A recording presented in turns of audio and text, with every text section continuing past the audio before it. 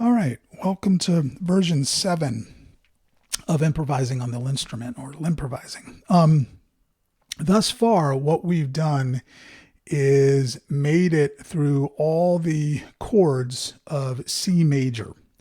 And again, the C major scale, we talked about this last time, is formed with a specific sort of formula. If you go from this C to that C, just to make it clear, it's a whole step, because each of these boxes are a half step away from each other, a whole step, a whole step, a half step, whole step, whole step, whole step, half. Now, if we go up using sort of this box that we've been using, it would be whole, whole, it's a half up there, whole, whole, whole, half. Now, one thing you might be noticing is these other lights are lighting up this time. I believe that's the factory setting, but one of the people that's been following along had suggested to me in fairly strong terminology that it would be helpful to turn that on so you can see what I'm doing if my hand is blocking the notes. So hopefully that'll be helpful for people, because you can see if I do this chord, you could just look down there and see what shape it is, even if you can't see what's exactly under my fingers. So hopefully that helps.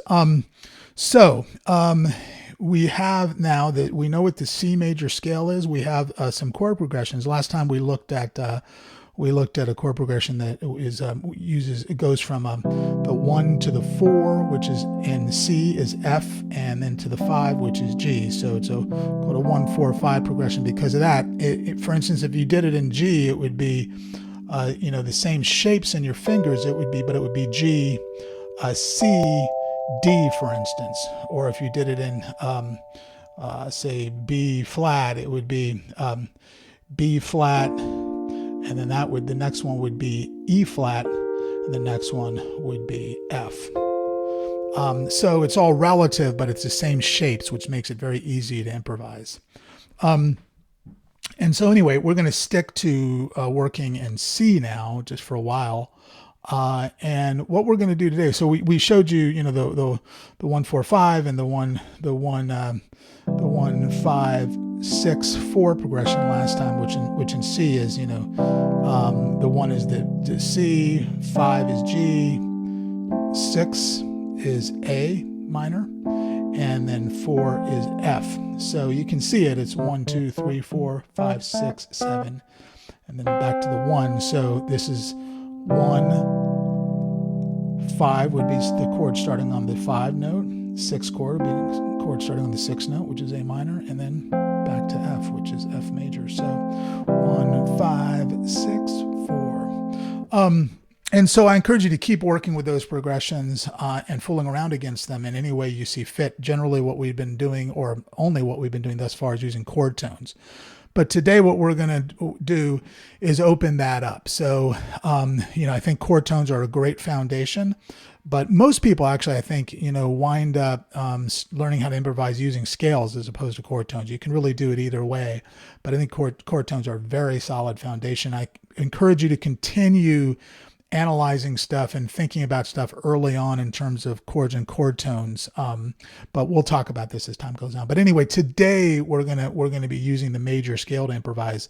And what I'm going to suggest as we start here is sticking to 2 chords. So sticking to the 1 and the 4 chord here. I mean, a lot of songs have that as the core feature, say in the verse, is very, very common for the 1 and the 4. So that's a good chord progression just to get started on today. And then you can, on your own, work in the 1, 4, 5 and the 1, 5, 6, 4 progression. And we'll talk about that as we go on. But for today, what I'd like to do is show you how to start using the C major scale to improvise on. So the C major scale the way we're gonna play it here is based on the kind of box we've been working on, which is the box using the chords in this way. So it's basically like this box like that. And but this we're going to even restrict it. It's just going to be this area here, these sort of 3 rows and I guess 5 columns. So like that. And it's pretty simple. You can see it's just the white notes you're playing in those or the lit up notes you're playing in that box. So if you started here with the right hand, you could go Whoops. Now,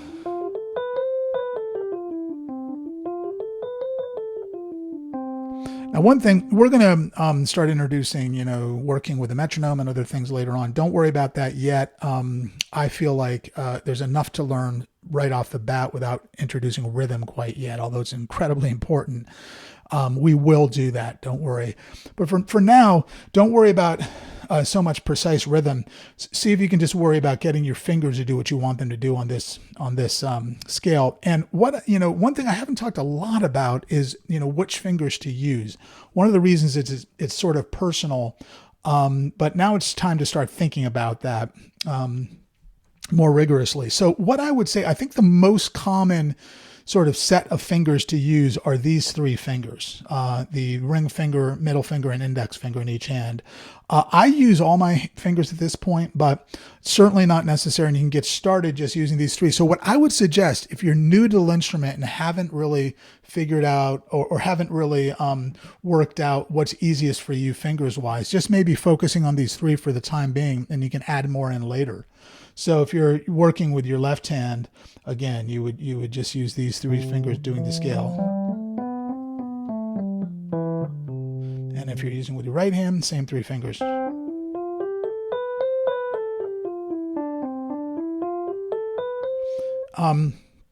So now if you, again, if you're a one-handed player, maybe make a recording of you going back and forth between the 1 and the 4 chords just to start working on the scale and improvising against it. So you can do it whatever rhythm you want. And if you're two-handed, just sort of playing the 1 and the 4 in your left hand, and then just nice and easy starting to use these notes. So for purposes of this, we're limiting ourselves.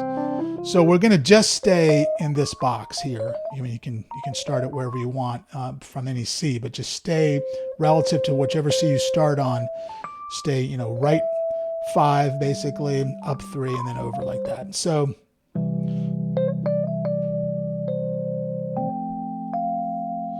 again, we're not trying to make it scintillating, just making it go, just playing notes against these chords, but just sticking within that.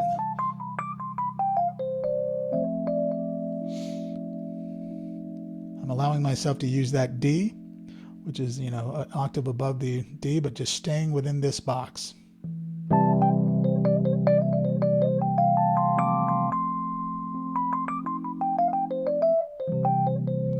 So you get the idea. Just, again, don't worry about if it sounds good. Don't worry about anything if you can. And then the mind starts to throw stuff in the way. It's the universal experience people have, is that you start criticizing what you're doing, and then all kinds of stuff comes in. And that's what stops people from doing this. That's the number one thing that stops people from doing this, is their own, the peanut gallery in your own mind. So, the best way to work with that is just to see it, recognize it, and say, okay, thanks, but no thanks for the input today. So, that's one thing to keep in mind. It's just the mind can be relentless in its critique, particularly when you're trying to do something, sort of make something out of nothing, which is what's happening in real time and improvising. So, what you do want to focus on, as I've said before, I'll say it again, is the physical feeling, literally, of your fingers on the pads and the sounds. So we want to get back now for sure to singing. When you're first practicing these scales, you really want to sing them. So and you may want to try singing on and seeing if that hit. You can make a game out of it. You can go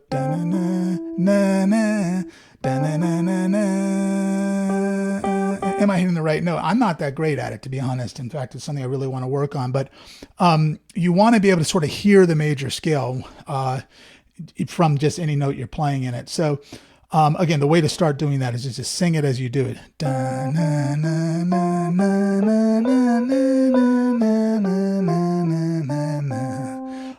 Sorry to make you suffer through mine, but it is what it is. So that would be the homework for this session, is just sort of comfortably moving back and forth if you're a two-handed player with your left hand between these two chords, and just in the right hand just playing those chords that are in this box here. I mean the notes that are in this C major box.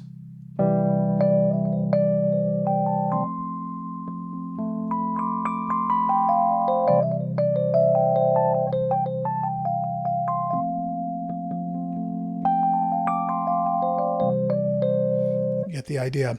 And we'll have a lot more to work on in the next sessions ahead. But this is a good place to stop here, I think.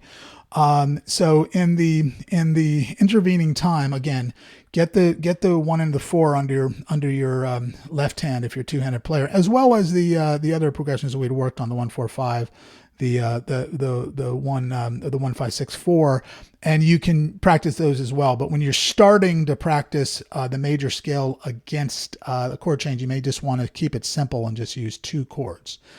And yeah, just get used to what it feels like to use the major scale in improvising. And that's it for this time. We'll get back at it soon, though. Thanks for watching.